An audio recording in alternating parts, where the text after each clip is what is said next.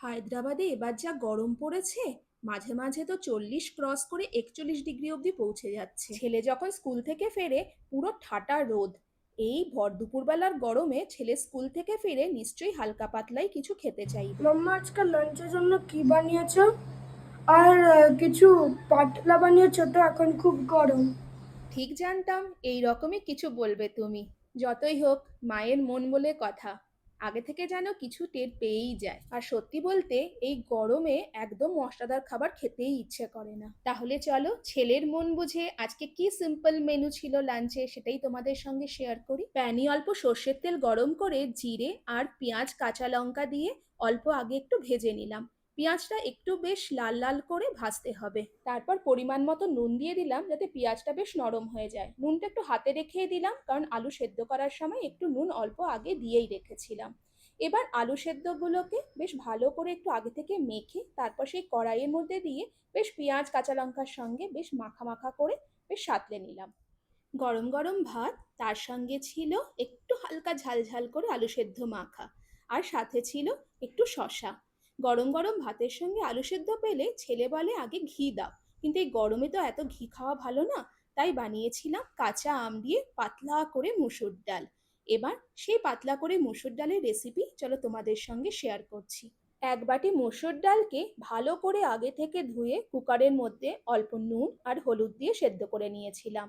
তারপর কড়াইতে সর্ষের তেল দিয়ে কালো সর্ষে আর শুকনো লঙ্কা ফোড়ন দিয়ে কাঁচা আম কেটে সেই তেলের মধ্যে দিয়ে কিছুক্ষণ নাড়িয়ে চাড়িয়ে নিলাম। তারপর অল্প পরিমাণে নুন আর একটুখানি হলুদ দিয়ে আমগুলোতে ভালো করে মিশিয়ে নিলাম। কাঁচা আম সেদ্ধ হতে কিন্তু খুব বেশিক্ষণ টাইম নেয় না। একটু নাড়িয়ে যদি একটা ঢাকা দিয়ে কিছুক্ষণ মাত্র কয়েক সেকেন্ড রেখে দিলেই তারপরে দেখবে কিছুক্ষণ পর আমটা বেশ নরম নরম হয়ে গেছে। কিন্তু খুব নরম করলে টক ডালের আম যেন আমার ভালো লাগে না, একটু কাঁচা কাঁচা থাকলেই ভালো লাগে। তারপর সেই সেদ্ধ করা ডালটা ঢেলে দিলাম। আমের টকটাকে ব্যালেন্স করার জন্য আমি দিয়েছিলাম গুড়। কেউ কেউ চিনি দেয়, সেটা যার যেরকম পছন্দ হয়। গরমের দুপুরে সিম্পল মেনুতে আরেকটা তরকারি ছিল বেগুন আলু বরবটির তরকারি। খুবই কম মশলা দিয়ে এই তরকারিটা আমি বানাই। এই তরকারিটা বানানোর জন্য সর্ষের তেলে 1 টিস্পুন মতো পাঁচফোড়ন আর 3 থেকে 4টে কাঁচা লঙ্কা চেরা দিয়ে দিলাম। তারপর দুটো বড় আলুকে ডুমো ডুমো করে কেটে ভালো করে ধুয়ে তেলের মধ্যে দিয়ে একটু কিছুক্ষণ নাড়িয়ে চাড়িয়ে নিতে হবে।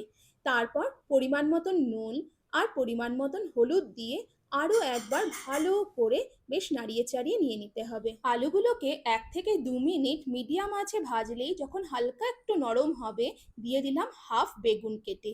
তোমাদের যদি মনে হয় তোমরা একটা পুরো গোটা বেগুন দিতে পারো।